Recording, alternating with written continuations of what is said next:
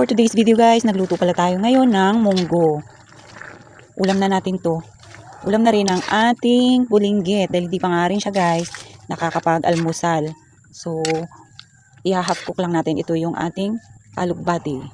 Ayan ang sinasabi ko sa inyo guys. Sinuha lang natin yan dun sa ating bakuran, yung ating mga gulay. O diba, napaka-fresh. Sobrang sarap na nito guys. So, pwede na ito guys. Pwede na nating hanguin.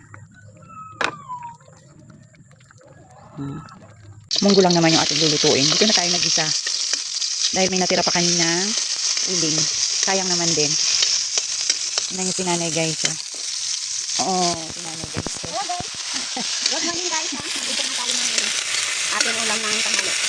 Panghalian ka agad guys. Parang makapahinga tayo ng maga guys.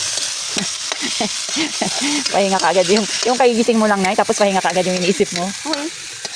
Kapagod man. Hindi pa nga nagigising yung ano eh. Ako nanay. Ako na yun. Oo, hindi pa nga nagigising. Ito na yung ano na. Gusto mo.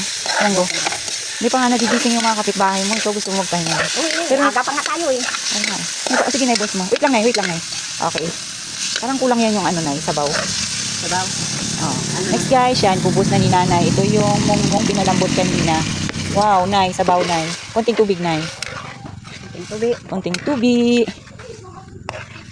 Lagyan lang natin ng konting tubig to guys. Tapos 9 or cubes. Kasi yung aming mga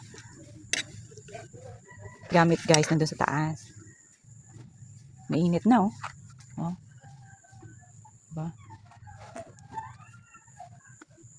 Sakto kasi yung aming little boy hindi pa nakakain ng umagahan. Kaya nagluto na kami guys. Medyo maaga nga yung luto namin ito ng aming ulam.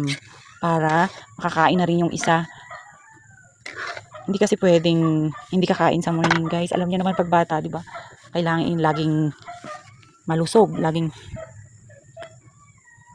antayin lang natin si nanay guys. Mabilis nga lang to maluto. Kasi malakas yung ating apoy. Ayan na si nanay. Alam niyo naman yung bata, kailangan talagang pakakainin ng kanin sa morning. Medyo na-late na nga tayo na sa pagluto ng almusal, no? Pero kailangan kasi guys, ibagong luto, bagong luto yung ipapaulam namin sa bulinggit. O yan, konti lang na. Okay, tama na. Nor cubes. Lagyan lang natin ng isang nor cubes yan, guys. Ano yan, nay? Pork. Okay. Mabilis lang lutuin kasi malakas yung apoy natin. Maganda yung nabili mong, ano, nay? Uling. Si Jenny yan, nahiya man ako Ay, kay Jenny. Nahiya man ako mag-kina Jenny. Sa ano?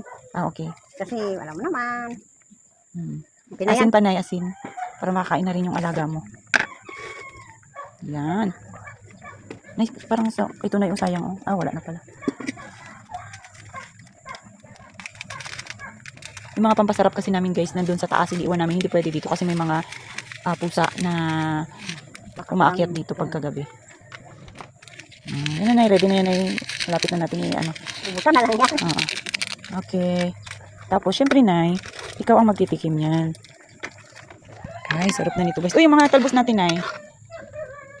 Yung ilalagay namin gulay dito guys is yung talbos lang ng malunggay at alugbati. Pwede na yun. Di ba? Hindi mo na kailangan bumili sa labas kung dito sa bahay meron namang makukuha. Wow, sarap. Mapaparami na naman ang kain namin nito guys. Pa kami nakakain ng almusal eh. Wow! Ito na guys, luto na ang ating munggo, almusal ng bulinggit at ulam na rin natin yan.